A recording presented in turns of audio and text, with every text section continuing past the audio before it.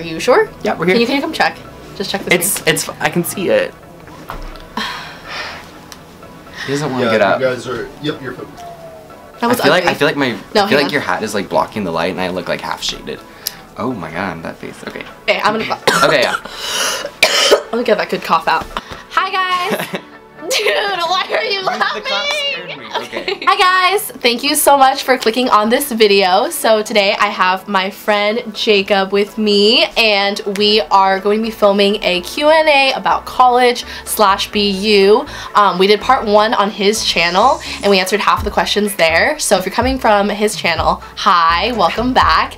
And then if this is the first video that you're clicking on, you can either go click in the link down below and watch his part first, or you can watch like this part and then go over there. Doesn't really matter. They're not really in any particular order. And if you have any additional questions, be sure to Instagram DM them to me, or like DM me on Twitter. I'd be glad to answer any questions, especially like if you're applying to BU or thinking about applying to BU in the future. So let's go ahead and get started. We answered that. That's like the same. Yeah. Alright, so the first question we have here is, how much free time do you usually have? So as far as free time goes, it all depends on your schedule. So I have like about hour gaps in between all of my classes, and then I usually kind of start a little bit later. So I have like free time in the morning that I can schedule like meetings with advisors, and then I don't really have a lot of time like after class. I end at like 5:30, so I have like 2 hours or so. That's usually when I eat. Yeah, I currently have all my classes in the morning, so definitely the afternoons are, I guess, technically free time if you consider studying as part of your free time. I really like just having the afternoons because most places schedule meetings and such, and most like sort of events happen in that late afternoon, early evening kind of time. So it's a great time of day to have open. When you think about it, like in comparison to like high school, everyone was running on the same schedule in high school, but in college, like everyone's running on different schedules. So you're really free to like build up your schedule and kind of like when you work best. And if you know that, like, you know, putting your classes not during that time so you can do your homework when you're like at your best productivity. Because you're only in class 3 to 5 hours a day. Yeah. This is so awkward. My roommate's literally in the room. Rip. Tips for dealing with roommates. So first of all, first of all, my roommate absolutely sucks. Makes me wanna drop out of BU every single day. Oh my gosh. Just kidding. No, he's actually fairly decent. So we both chose our roommates, and I think that like step 1 is and that's like the hardest roommate. part, because when it sucks, like, you know you did this to yourself. Yeah, but I mean, oh my gosh. I'm totally kidding. It is. He wasn't even listening. I just think it's important to choose your roommate, because that way you kind of get to know the person. Like for my roommate and I, like we texted beforehand, and I actually had a layover for orientation, and I stayed with her family in Phoenix, and like her parents were so nice to me. Yeah, I told you this. Oh. So yeah, like I got to know her like before we even got to campus, which was that like helped us a lot with like our friendship. And I think overall, being really honest about like your lifestyle when you're looking for a roommate. Like if you're a messy person, like admit that. Yeah, you really want to say like, oh, I don't smoke, I don't drink, but like honestly save yourself and your roommate from that. Like it's totally like okay. Sometimes they won't really care, sometimes they do really care, and that's just something you really want to be upfront with them about, because if you show up to school and you're like, oh no, I actually do smoke, then you're gonna have an issue, and that could start a bigger problem. Yeah, that and needs like to be. another part of it is like things you wouldn't really think about, like I'm a heavy sleeper, or I'm a very light sleeper, or I snore, or I tend to wake up early, and like what I do in the morning. I mean, I would say overall just like be a considerable person. Like, you know, if I leave something out, and like my roommate would be grossed out by that. Like if I have like dirty dishes on my desk, for example, like she's not gonna want to come home to that. So obviously like I'm gonna go wash the dishes. It's a lot about being the type of person you would want to live with. Absolutely, and if you are kind of looking for something to break the ice with them a little bit, definitely something the summer before. Something really great to talk about is just what you're bringing, like who should get what. It's kind of fun just to kind of plan like your own like new space. Yeah. And it shows that you kind of care and you don't want to bring the same thing, and it's a good idea to share some things too. Yeah, you do not need like, you know, 2 blow dryers, 2 vacuums, like no. Like just kind of like even it out, and it'll be really, really helpful, because like dorms aren't big and it'll like save space. Jack, come say hi. Okay. Literally, you're the least camera shy person I know. Oh my god, get out! Come on! Hello. Aw, you're so cute. I'm Introduce Jacob's yourself. roommate, Jack. Hello. Do you have any tips about roommates? Yeah. Be careful. Watch it. Not really. I mean, Jacob's been pretty cool. Pretty good roommate. I think I'm the one that usually is causing the problems. Okay, you think they're not problems at all. No tips. No tips. Thumbs Thanks. up. Woo! Nice Ooh, thank you. cameo. How can I make a small dorm room feel like home? IDK. Oh my god. Oh, we are the best at answering that question. Oh, I'll start. Okay. I'll start. Okay. I'm literally So gonna sit ready. back for this.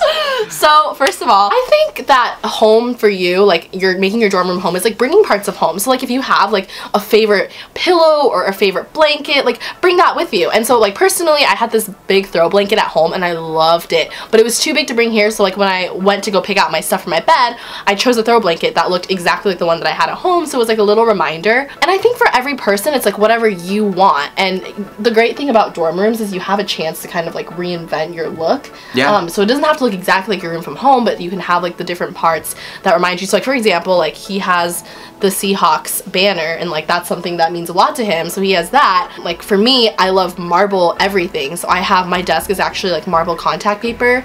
And then I also have like a map of Boise. I have, you know, a lot of pictures of friends and family. Pictures are really helpful.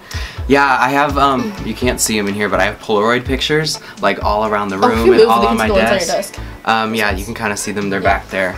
That's just something, a really good way, pictures are a great way to personalize a room, I think. And string lights also, like, like he has string lights and then I have globe lights. But the lights, because like right now we have the dorm lights on because like obviously for lighting purposes, but most of the time we don't have those lights on. We don't have those lights on because the lighting is like more harsh, and the you know, Christmas lights, string lights, those just have like a more warm glow to them and makes it feel a little bit more like home. He has a Christmas tree, and then like I don't have a Christmas tree in my room, but I have like holiday tinsel and then a Christmas tree in my common room. And I think a big part of making your dorm room feel more like home is like doing what you would do at home. And I definitely coordinate with your roommate too. Oh, yeah! What really you're important. planning on, like, color-wise. I mean, my roommate, we don't have, like, matching everything.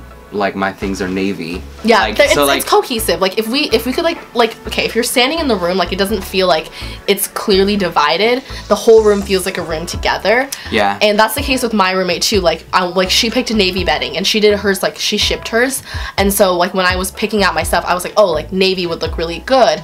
And then like we have like golds and silver in our room, and so that makes it feel a little bit less divided and a little more like you're sharing the room together and it's more homey.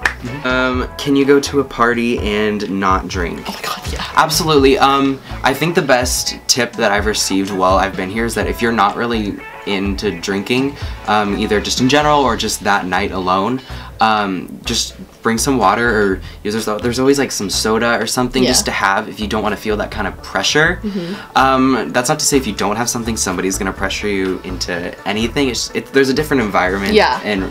In all different schools. I would describe it as this: is everyone is open to giving you a drink, and like they're not like pressuring you to have it. Like, hey, have a drink. Yeah, But if they're not, then it's literally no big deal. People will ask you, but if you're like, no, no one's gonna judge you. Yeah. For it. And like if you can't finish something, like especially if you're with a people will great group of friends too. Like, I've been in a situation where like somebody was like, I'm not gonna drink anymore, and they started to, and I was like, and somebody tried to give them something else, and I was like, oh no, they don't need that. Yeah. Like there's no pressure at all, and you can definitely have fun without drinking.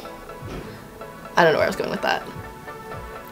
Okay. Okay, next. Okay, kind of going off of that, what are parties like?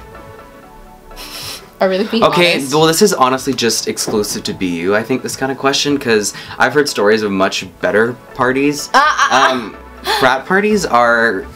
Okay, first, if you're going to a frat party, if your expectations are here, set them, like, so much lower. Oh my god. It's not a party where they like prepare for you to be in their home. It's unrealistic if you expect like concert environment, because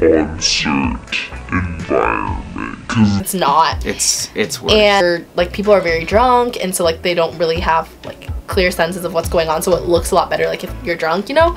And so like I feel like frat parties are experiences like everyone should like have at least once. Oh, and if you don't want to go, like it's no big deal. Actually, it's a great way just to see people from class. You'll like recognize each other, and everybody's just like so like open and like welcoming at parties and stuff, just because everybody wants to know everybody there. So if you see somebody like barely recognized, you can be like, oh hey, you're in my class, and you can start a conversation. This is actually a really good one to end with, I think. How do you deal with being away from your family? So this is actually a really great question for both of us, I think, because I mean, we're in Boston, I'm from San Francisco, and I'm from Boise, Idaho. So we're definitely far from home, and I haven't been home. I haven't seen my parents or my family or my dog since the end of August. It's now the beginning of December. It's definitely really hard, but I think right now we're really fortunate to have things like FaceTime and Skype. I talk to them every single week. I text them all the time. I think it's really important to note that it's just as hard on your parents and your family as it is on you, because they feel like something's missing. You feel like your whole world's missing, but you also have something to replace it with. Your family's going through the exact same thing, but just with one less. So it actually hasn't felt like that long. But it's really important that you find good friends who are kind of going through the exact same thing. It makes it a lot easier. You are not the only person feeling homesick. It's definitely very common beginning of freshman year, but also to surround yourself with people at the very beginning, you never really feel lonely. It's weird. It comes in like waves. Like, so for example, like we just had Thanksgiving break, and like neither of us went back, and like Thanksgiving break was a really hard time. I get really, really homesick when I'm like physically sick, because like my mom is not there to take care of me. That was definitely the hardest time for me too. So like I'll like call my mom. I called my mom a lot when I was like sick, and she, you know, she just like checks up on me. But I think that it's such a big part of like growing up, and like when you're forced to not really forced, I said that in a weird way, but when you're like so far away, like we cannot just like go back home like whenever we want to, you know. Like it has to be like a planned out thing, and I think that has helped me gain independence a lot. And like if you know me, like you know that I'm a very independent person to begin with, and I was like all throughout high school, but this is like a new type of independence. And like my mom and I have actually gotten closer. It's true, even though you're further away. Even though you're further away, because like now I tell her like a lot more things, and like she trusts me a lot more, because like, you know, I'm doing my own thing like so far away from home. One more piece of advice I can give is just to always know the next time you're gonna be home. Because then you always have something to know, because if you don't know the next time you're going home, it's definitely harder.